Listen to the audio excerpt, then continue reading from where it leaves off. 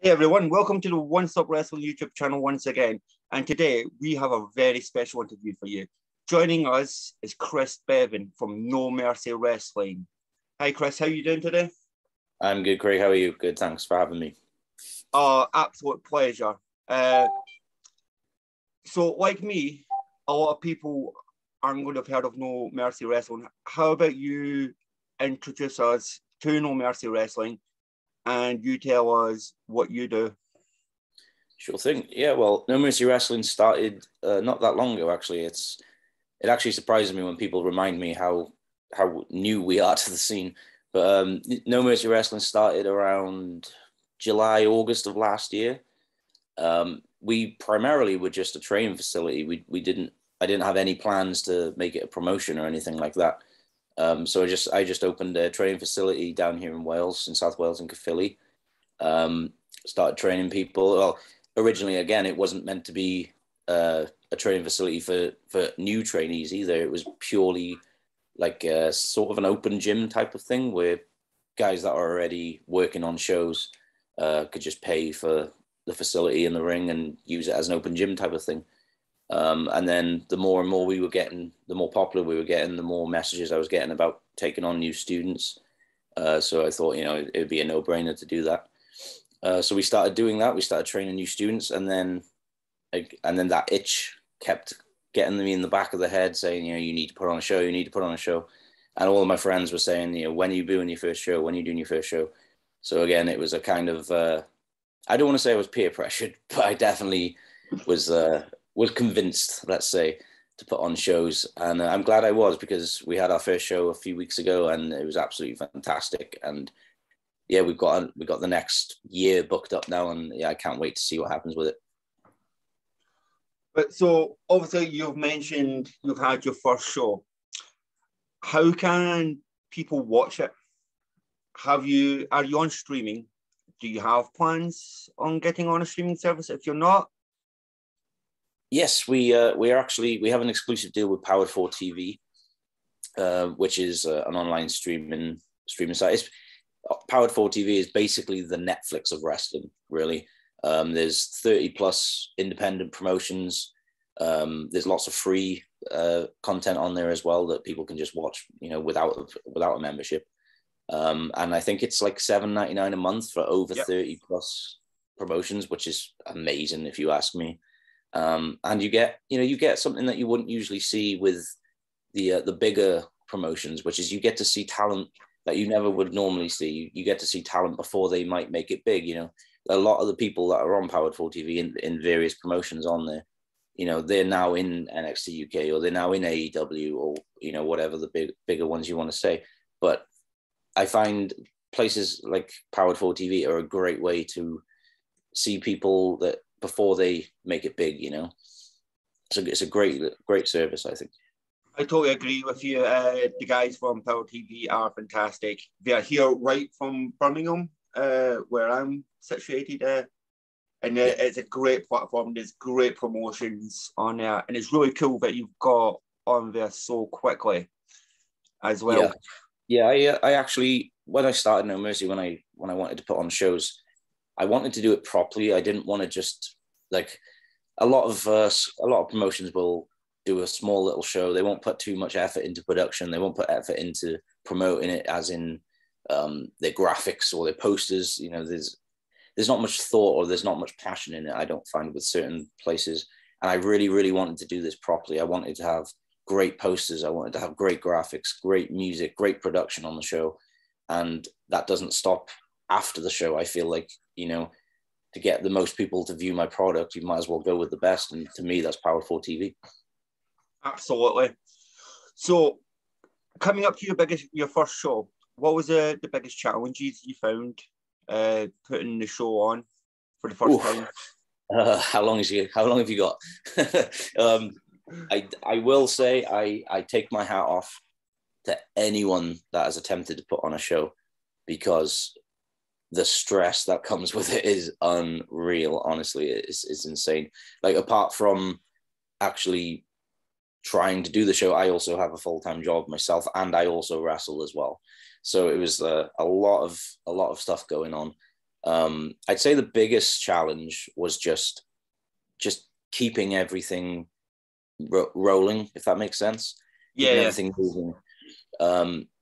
While I did have help, I have a very, very good team at No Mercy that helped me out.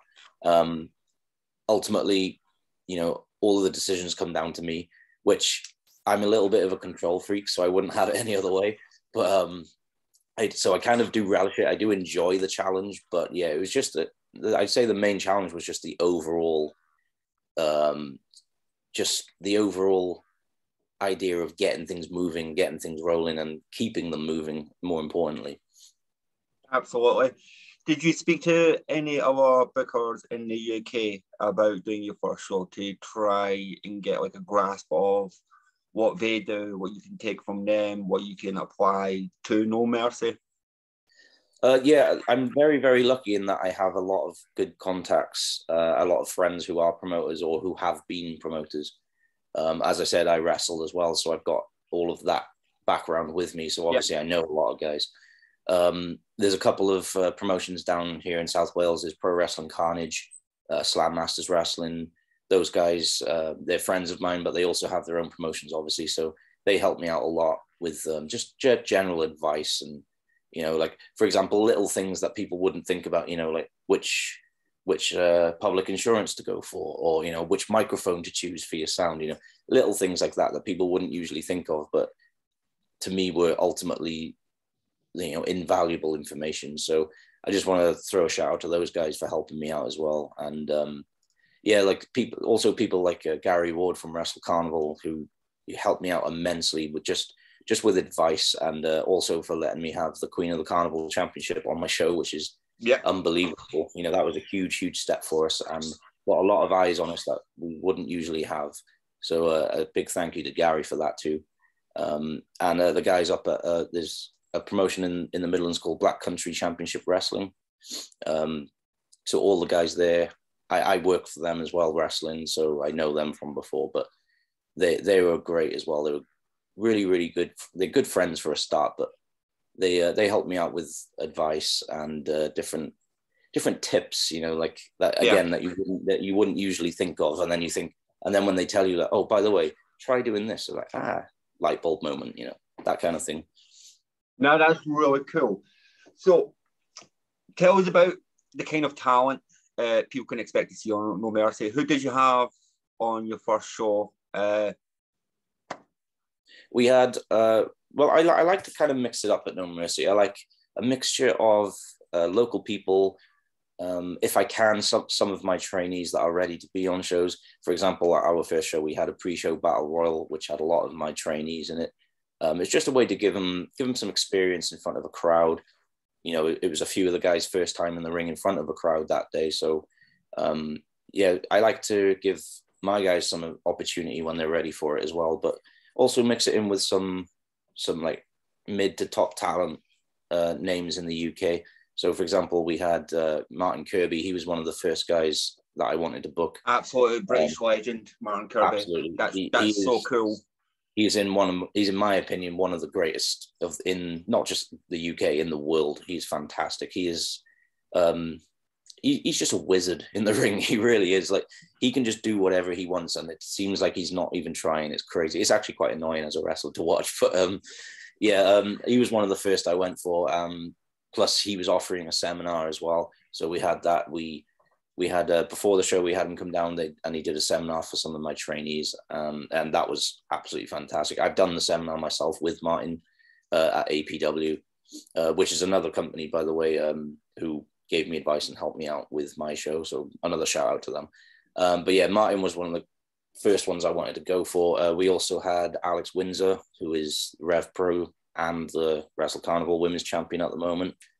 That was a no-brainer. I wanted, like, not only just a strong male talent on the roster, I wanted strong female talent as well. So we had Lucia Lee, Cara, who is South Wales based. She's just started, but she's going to start getting out there, I think, soon. And I like to think that three-way dance at No Mercy helped her get out there and to different places. And I'm glad to do so because she deserves it. And then we had Bishop, who is my head trainer at No Mercy, and he takes care of all of the training for me. Personally, I've only been in the business myself like around three to 4 years between that. So I didn't feel comfortable training people at my level, even though I do train beginners classes sometimes. I didn't think it was right for me to train people at the stage that I'm at with my wrestling career.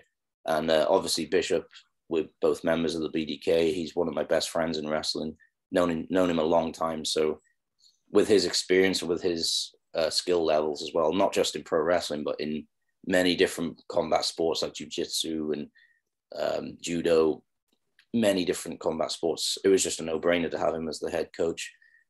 So that's always a good advantage, having Bishop around. Who else did we have? We had MJ Grayson and Wesker from the Midlands area. So you might have heard of those guys. We had a hometown hero all of a sudden. He's always fun to have around. He just brings the locker room up. He's just absolutely fantastic. He was tagging with RC Chaos, another Midlands-based wrestler who runs Black Country Championship Wrestling as well. Who else did we have? We had Darling Darcy to Kill, who is another South Wales-based wrestler who's just starting to come up. I went up against him myself, and I wrestled as Bevan, the Bastard Son, by the way, if you didn't know. And what else did we have? Oh, and we had another South Wales-based wrestler he's been around for a while, but he has just needed a little bit of an opportunity to show what he can do, and that's Kenny Mantra. And he's been around for a couple of years, I think, maybe 2 or 3, but I feel like he is really, really good, and not enough people are seeing how good he is. And I really, really wanted to give him a platform to show his skills. So he went up against Jay Joshua, who is just breaking out into the rest of the UK. Jay is just absolutely fantastic. Again, he's a wizard in the ring. He's really, really good. And I thought putting Kenny with him would it would give Kenny a bit of a challenge, time to step up type of thing. But I knew he'd hit it out of the park, and he did, and it was a great match. And I'm glad I booked them together because, as I said, it was a fantastic match. That's really cool, and it must be really cool because not only are you a wrestler and you can appear on these shows, but you are the booker as well. Do you have any dream matches that you want to go, you know what? I want to book this. I want to be the guy who books this match in the UK between these two or these 3, these 4, whoever. What matches do you really want to get your hands on? I would love, I don't know whether I'll be able to have it happen or not, but I would love to have Speedball Mike Bailey. Oh my God, yes. He is up there. He's fantastic. And I would love to have him. I don't care if he even wrestles. I just want him on my show. He's so good. Just there. Just appearance. It would be fantastic. Speedball Mike Bailey, possibly Chris Ridgway and Bishop. I think that would be a very, very good 3-way, a triple threat. Thinking about it now, my brain would probably explode if I watched that match. And if I could book that match, that would be one of my top ones. I think if you could book that match, I think you've got a seller there. I don't think you'd ever have to even promote it. I think you could do it like in one tweet and you've got the seller there. That would be absolutely fantastic. Definitely. Speedball, watch some of his GCW matches from WrestleMania week. It's crazy. Guy is just insane, and it's so good to see him on a platform like Impact Wrestling now as well. And Impact don't get enough credit that they deserve. Oh, hell no. They have one of the most talented rosters you could ever imagine, and as you say, people like Speedball. That's the reason why.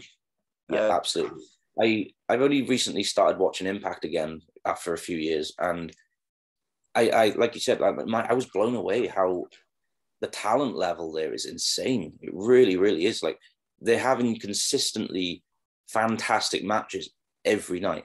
It's madness. And the fact that, like you said, people aren't giving them the props that they deserve to me is like mental. Like they deserve to be talked about a lot more, because what Impact are doing right now is very, very good, and I'm really enjoying it. Oh, absolutely. It's like one of my top promotions. I think they've just been cursed. There isn't enough eyes on the product. They haven't got the greatest TV deal in the States. They've kind of lost that UK deal as well, because it used to be on like Challenge TV here. That was it, yeah. And they were such a big deal in the UK. They were even doing bigger ratings than WWE. Oh, yeah, UK at one point. Hopefully they keep the roster, they improve it, and they can get back onto it. But one question I've got for you, just out of curiosity. So, like, it is No Mercy Wrestling. Is that a play on the famous video game No Mercy? It's not, actually. A lot of people ask that. No. I didn't actually realize the connection until after I'd made No Mercy, and I was like, oh yeah, No Mercy. So what it is, it comes down to simply being, I am a huge mark for Karate Kid and Cobra Kai, and that's it. That's all it is. Fair enough. I was never a fan of Karate Kid. I don't know what it was. I used to watch it when I was a kid, and I just could never.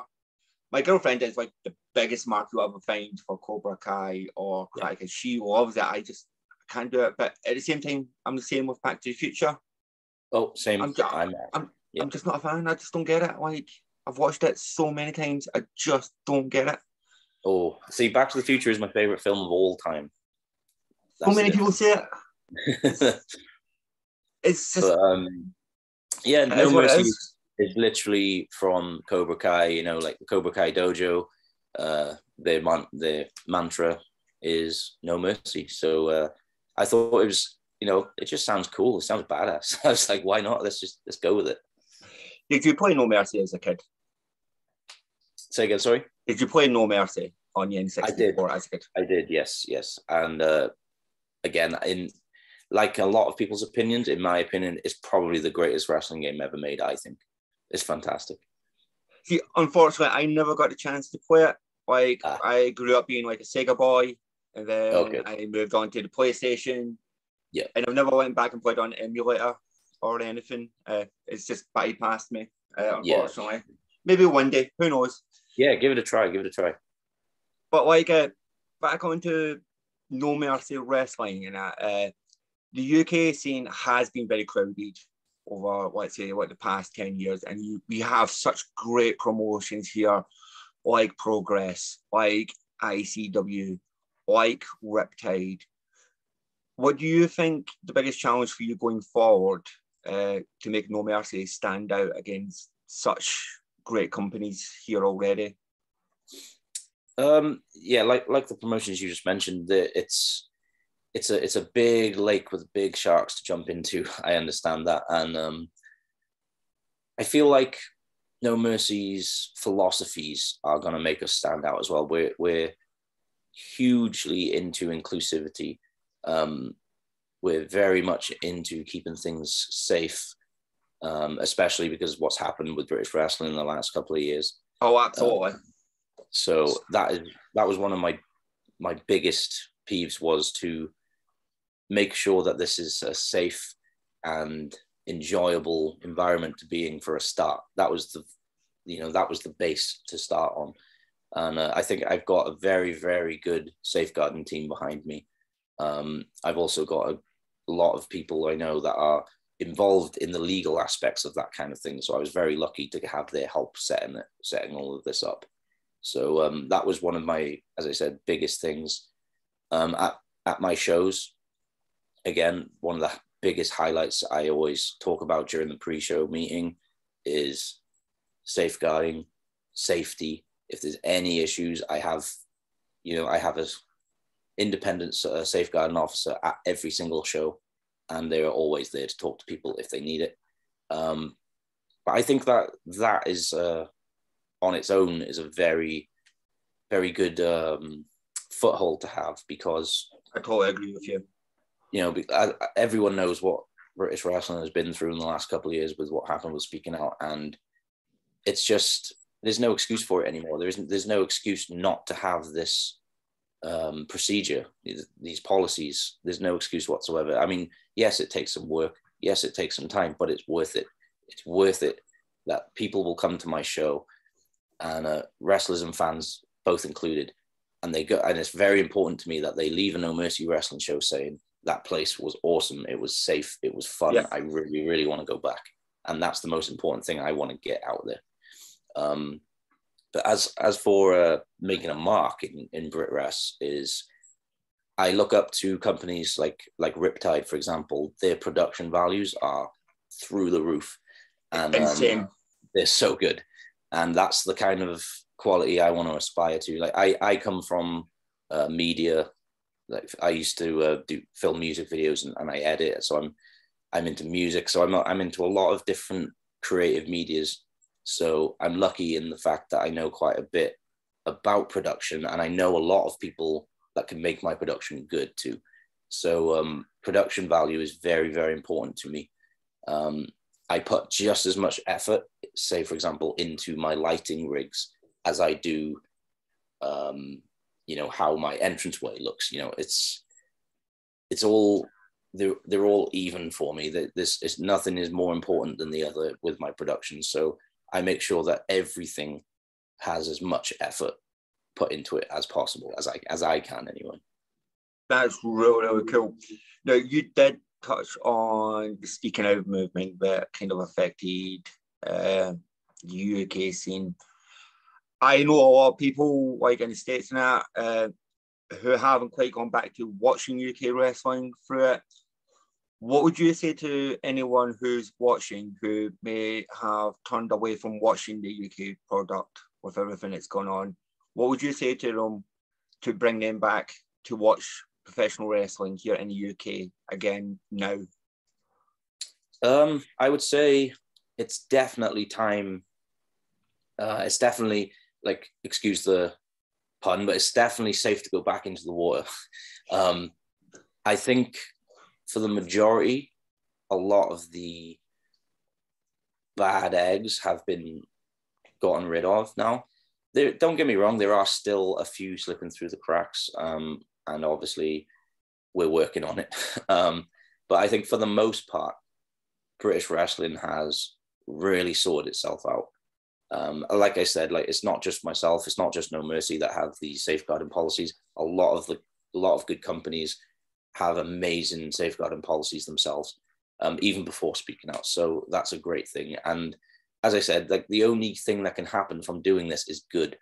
And I think every promotion should have at least a benchmark level of safeguarding in place. It just makes everything easier. It makes everything safe, and everyone can go home after a show happy and safe. And that's the most important thing. But I would say now is the time to get back into British wrestling, because everyone that's involved in it can feel a little rumble happening. Like, it's about to explode again, I think. Either this year or next year, it's going to go crazy. Oh, absolutely. And I think I can only really compare it to, like, just before, say, NXT UK came along, where British wrestling was off the wall. It was insane. It was, I think, in my opinion, I know I'm going to be a bit biased, but it was one of the best in the world, British wrestling at the time. And I think we are slowly getting back to that level now. And I'd say now is a great time to get back into it, because you're going to see, all the people that are going to start blowing up. They're going to start going, get signed. They're going to go to bigger places. Now is the time to watch them on these smaller promotions, because, everyone loves the story. Everyone loves a success story, to see where people started. And I think now is the time to get back into it, definitely. And we here in the UK, we do have some of the biggest stars in the world. Yeah. I mean, even if you turn your TV on and you watch NXT 2.0, and you see people like, I'm refusing to call him Gunfer because the guy is Walter. I can't do it. Yeah. And you see people like Walter. You see people like, I am not calling him Butch either. I cannot call him Butch. Especially when that guy's high school is 2 minutes around the corner from my house. I am not calling him. But you see Pete Dunne, you see Walter. That's the WWE future. And they cut their teeth in the UK scene. And I think cutting the teeth is a bit harsh because they made themselves stars here. Yeah, absolutely. And that is transitioning to the States, and people are going to start seeing it more and more and more now. As you say, we're coming out of the end of the pandemic, and there's so many people ready to make that jump. If Karen Noir is not signed somewhere in the next 18 months, I am wrong. Absolute shock. I think I think he will be somewhere. I'll just say that and leave it there. Good man. So No Mercy Wrestling, when's your next show? We have our next. So what we're doing is we're having the four big ones a year, which are going to be our type of pay-per-view type event, where it's larger production, bigger crowd, bigger venue, and they're going to be at Team Rees Gym here in Caerphilly 4 times a year, and then every 6 weeks or so in between that, we are going to be having smaller capacity venues, smaller production, more aimed at getting our trainees experience and that kind of thing. So it's, I guess you could call them like developmental or little house shows, that kind of thing. So we're hoping to run a good 8 to 10 times a year. Obviously, the start of this year, there was a little bit of a spanner thrown in the works with that little lockdown they put into place, all the restrictions. So that, because originally our first show was due to be January the 15th of this year. And then, of course, the restrictions were put in place. That kind of messed that up for us. So we got rescheduled to March, which was fantastic, obviously. The good thing about where our venue is, Team Rees Gym, they are fantastic with us and they help us out immensely. They're always open to, like, for example, when we had to change the date, there was no like, oh yeah, well maybe we can help. It was just, yep, done, boom. It was that easy, and they've been fantastic. And I have to say, I have to put them over on here because they've done wonders for us for No Mercy. So yeah, there's the next smaller show will be May 29th in Mounting Ash, which is just south of Merthyr Tydfil, just a little town there. And then the next big show is going to be August 20th in Team Rees Gym in Caerphilly. That is really cool. That's all going to be on Powered for TV? Yep. So the big shows are going to be behind the paywall. They're going to be part of the subscription fee, which, by the way, our first show is going to be released this week, and our promo code for a month's free subscription will be released at the same time. But the smaller, I don't like to call them trainee shows because I find that a little bit derogatory. I find it like, oh, you're only on a trainee show. We don't mean that whatsoever. For lack of a better term, we're just calling them the smaller shows. But we're hoping to get the smaller shows on Powered 4 as free to watch videos. So hopefully we can see, people will go on there, they can see what kind of thing we're about. Because not only are we going to have our trainees on there, but we're going to have outside talent as well. We're going to have 1 or 2 matches of outside talent. Also to give our guys a little bit of a chance and experience to work other people and outside talent, get them that experience. So yeah, we're hoping to get the smaller shows as free to watch videos on Powered 4 as a little entice into paying to get to watch the bigger shows. Yeah. That's really cool. I can't wait to watch No Mercy myself. It's going to be fantastic. But before we go, I've got some questions for you that will let people know how you got into the wrestling business, how you actually became a fan of it. Okay. So, first question is, what's the first wrestling show you ever remember watching on TV? Wow. I'm going to show my age now. I remember Hogan and Warrior, title versus title. WrestleMania 6? Yeah, I was young, but I do remember it. I don't remember it all, just little bits are like ingrained in my mind. But actually a full show, like watching the entire thing from start to finish, would be Bret Hart and Shawn Michaels, the Iron Man match. I forget which WrestleMania it is. I'm terrible 12. with. I think it was 12. Yeah, I'm terrible remembering which pay-per-views it is, but I remember the matches. But yeah, that is probably the first one I vividly remember from start to finish, and still to this day, that match is one of my favorite matches of all time. It's definitely one of the matches that will always hold up. It's like Shawn Michaels and Razor Ramon. Yeah. Doesn't matter how many ladder matches you're ever going to have in future professional wrestling. It's the benchmark. It is. You're never going to forget about it. It's fantastic. Yep. So first wrestling show you ever attended in person? Wow. Do you mean smaller ones or like the big companies or any? Just any. Just I mean, you can do like a smaller like UK promotion or your first WWE one. I remember when I was quite young. I think I must have been about 7 or 8 years old, and I was at Butlins with my family. And I remember seeing. Can you remember like the old camp touring companies that used to go to all of those holiday camps? And they had like fake Kane, fake Undertaker, fake American Patriot. You know, all of those like rip-offs of the WWF at the time stars. And I remember seeing one of those shows, and I remember. Because I was at the age where I wasn't really sure if it was the actual people or not. And I remember watching the fake Undertaker come out, and I was like, wait a minute, I'm sure he's meant to be taller than that. And I always remember that and thinking something's going on here. This isn't right. That would probably be one of the first ones, but an actual big proper show, I think it was WWF Rebellion in Sheffield in 2000. That was probably that was my first ever WWE big pay-per-view show anyway. Are you looking forward to the potential return of WWE to the UK for like a big time pay-per-view? Because it is heavily rumoured for September. It is rumoured, yeah. I'll be honest with you, I'm not excited by WWE anymore, if I'm honest. I haven't even watched WrestleMania. I've watched a couple of the matches, but other than that, I wasn't interested. The last full pay-per-view I tried to watch was SummerSlam last year, and I think I got to like where Becky Lynch came in, and I was like, I'm done. I can't do it anymore. And I'm not really into WWE, if I'm honest, anymore.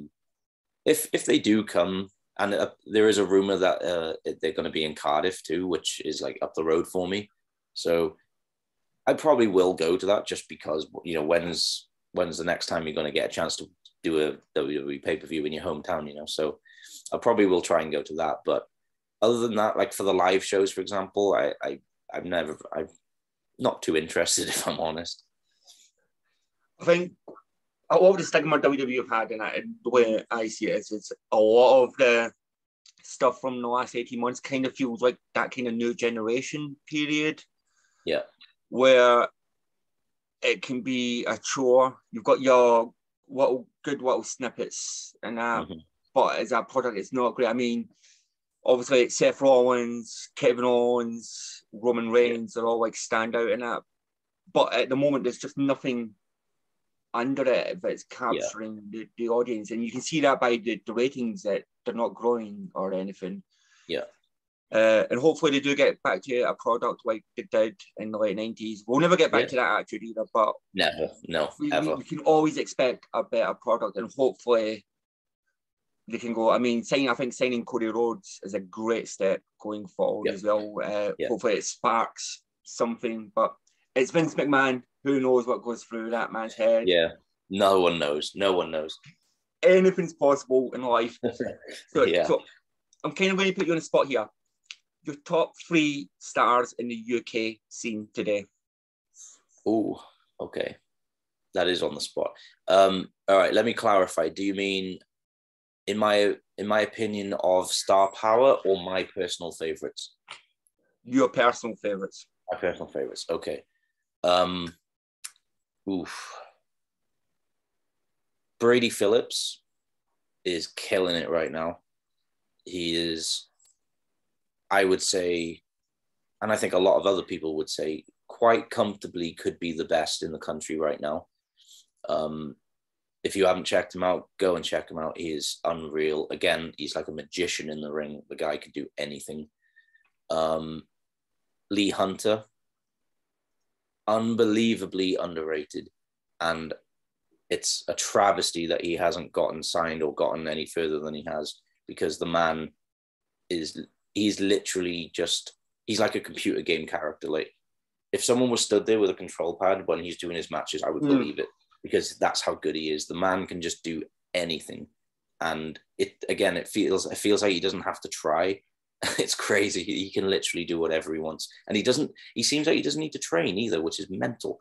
I'd love to be able to do that. Yeah, he is off the charts. If you haven't, the Hunter brothers in general are one of the best tag teams the UK have ever produced, but Lee is going out on his own a bit more now, and he's having consistently fantastic matches. Like, I was with him just last week at Evolution Wrestling, and I was just watching from behind the curtain, and it was just, you never want to take your eyes off him, because everything he does, like as a wrestler as well. Obviously, I'm looking at it in a little bit different to a fan, but it's just so good. He's just so good. That's the best way I can put it. He's so good. Number 3, oof. I'm going to be a little bit biased here.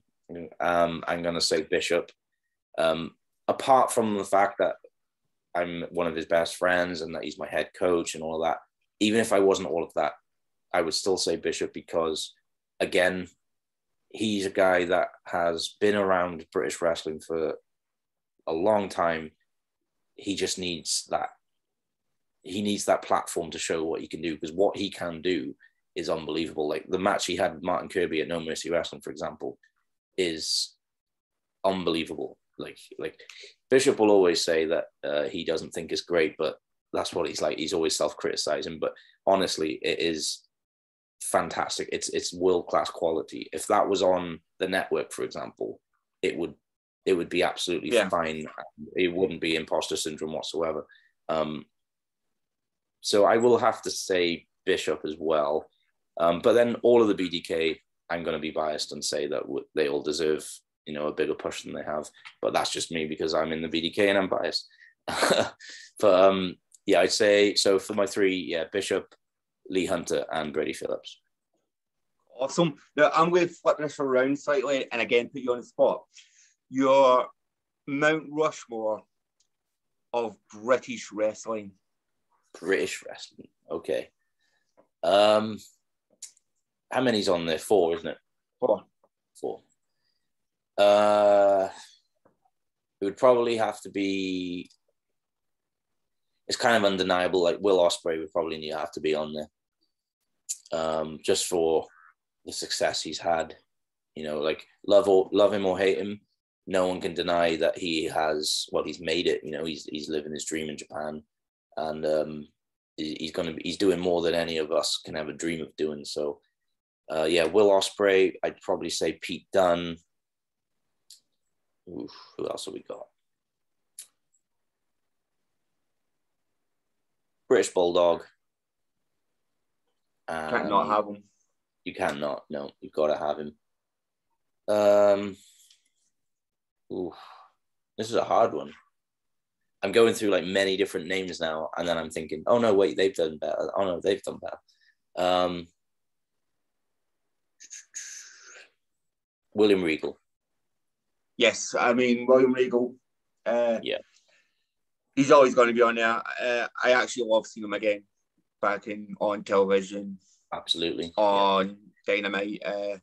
I don't think he's ever going to wrestle again. I don't think he has to now at this stage in his career. And quite frankly, because of his health issues he's had over the past few years, I kind of don't want to see him wrestle, but it's just amazing to see him working with the likes of John Moxley and Bryan Danielson.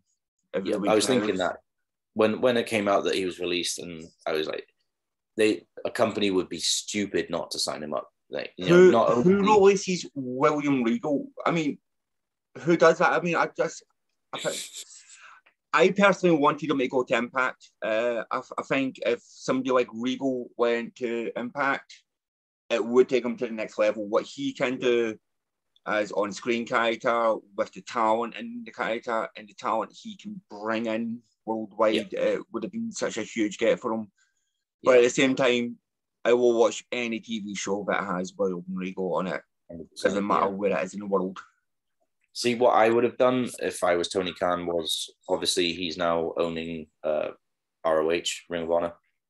I would put Regal in charge of Ring of Honor. Oh, absolutely. Absolutely. I cannot agree more with you. Do you imagine what that man would do with Ring of Honor if he had the reins and could just run with it? I would be clicking to sign on tomorrow if that was happening. He'd be great. Absolutely. A lot of people give Triple H credit for NXT. I mean, and they should. Yeah. But that NXT Black and Gold brand would never have gotten to the standard if it wasn't for Regal. Absolutely. And Regal does get overlooked in that shadow because he should be mentioned in the same breath as Triple H because they've done it together. Definitely. And he'll always be one of our all-time greats. Right? Mm-hmm. So I think I know the answer to this because we've already touched on it. Your all-time favorite wrestling video game? It would probably be No Mercy, but I do have a soft spot for Warzone. I think it was the PlayStation 1. Yes. It wasn't like, don't get me wrong, mechanics-wise, it wasn't great. It wasn't the best, but in my heart, it held a little space because it was the first, to me, like proper wrestling game where, you know, it wasn't just loading screen, boom, 2D figures. It was like, it was a proper wrestling game. It had entrances. It had videos of the wrestlers talking, you know, like it was the first kind of like career mode type of thing. It was great and I loved it. And yeah, that was the first wrestling game I remember like being obsessed with. So I would say Warzone. It'd be a toss up between Warzone and No Mercy. The only thing that ever pissed me off with Warzone is I loved it, but you could never pick your opponent. Your opponent would always be picked at random. Yeah. And I used to want to just be like, oh, I need to have Stone Cold versus The Rock because that's what's going on television. So I turned the PlayStation off on and on and on and off until I could get the match I wanted. And I'd been there for like an hour every single time just trying to do one match. I don't know who came up with that concept that you can never pick your opponent. That was a strange one, but one thing that did bug me though is like the models of the wrestlers, like when they punched they would stay with their hands like straight. Like, that was a bug, but again at the time we didn't know any different, we didn't have anything different, so you know it was great. And then obviously if you think about what we have now compared to back then, it's insane. So but yeah, at the time we didn't know any different, so that's what we had to deal with. Oh, absolutely. Are you playing any wrestling games at the moment? Is it something you slowed down? I don't get to game as much as I used to, as much as I'd like to. I've just got so much going on. Like, as I said, I have a full-time job aside from No Mercy, and I'm a wrestler as well. So it's like, you know, it's like 2 full-time jobs and then a little part-time job in between. So yeah, I haven't got too much time for gaming anymore. But when I did, I did enjoy the 2K games. I did go off them for a few years. I found them very repetitive. They didn't really change much, not to warrant the price that they're charging anyway. Oh, absolutely. So I kind of went off them for a few years. I did enjoy the ECW games. I think very underrated. Very underrated. I think they were made by Acclaim. Yes. But yeah, I loved those games. I thought they were great. The barbed wire rope matches, like you never get them. That's the only game that's ever been in, I think. I loved it because you could whip Tommy Dreamer into that barbed wire and you get like the slightest cut on his ankle. Yeah. But the mechanics of the game would be like, oh wait, Tommy Dreamer had a cut on his ankle, fights over, first blood match, you've drawn blood, and it was great. It was way ahead of its time. Oh, absolutely. The other game I enjoyed from that time period was the WCW game that EA Sports made. Yeah. I think it was the second to last one. I'm trying to remember the name of it. It's gone for me. It was one they made before the Backstage Assault. Yeah. Mayhem. Yeah. WCW Mayhem. Yeah. I thought it had some like cool dynamics to it. Yeah. Right. So, final question to put you on the spot. Your all-time favorite wrestling entrance theme? Ooh. Oh, wow. There's been so many good ones.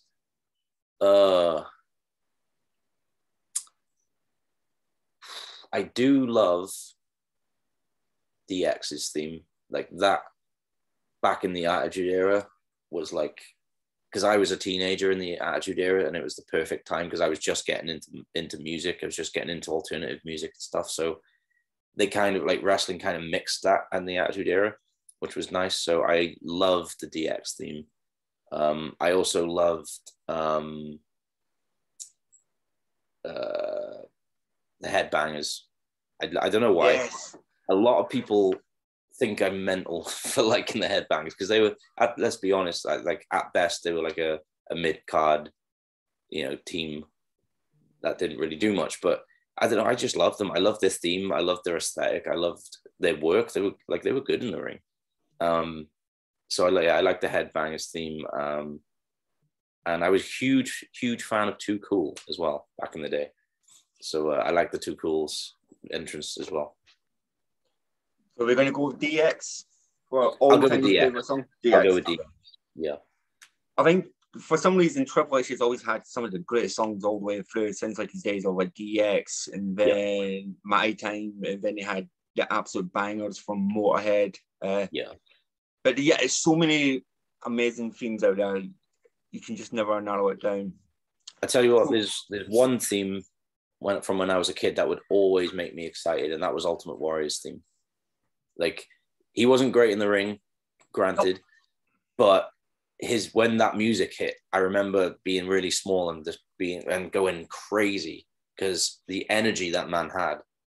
Like, yeah, he blew up before he got to the ring, but still, the man was like a ball of energy. He was like the Tasmanian devil, and that music, it was perfect for him, and it just made me lose my absolute head whenever I heard it when I was a kid. So absolutely. Like I will always remember that one entrance he had at WrestleMania. I think it was WrestleMania 7 when he came out to save Hogan from Sid and Papa Shango, and and just the energy it brought to that crowd was crazy, was insane. But that was him. And I think it was great. We did get to see him on television just before his passing because it was something that we thought we would never ever see again. We needed that quite cool. But Chris, tell everybody, how can people find No Mercy Wrestling and yourself on social medias, on YouTube? How are people to seek you out? It's quite good that I have made the handle for all the social medias exactly the same. No one does that anymore. So to find us on all social media, it's at No Mercy Wrestle. Unfortunately, I couldn't have No Mercy Wrestling. Someone had already taken it. But I got the next best thing, which is No Mercy Wrestle. So that's Facebook, Twitter, and Instagram. We don't have a YouTube at the moment because, as I said, we're aiming to do a lot more work with Powered 4 TV. So any of our free to watch content is generally going to be on Powered 4. But you can also get us on Powered 4 TV just by searching No Mercy Wrestling, and we'll pop straight up. Absolutely. And make sure you all follow them. Thank you to everybody for watching. Remember, subscribe, comment, like, do everything. Follow Chris and Progressive No Mercy Wrestling. Check us out on onestopwrestling.com. Make sure you grab the first issue of our magazine. The second magazine will be coming out June, July. Got some announcements coming up for that soon. And thank you so much for watching, everybody. Chris, have a great day. Thank you so much for coming on, mate. Thank you, mate. Thanks for having me.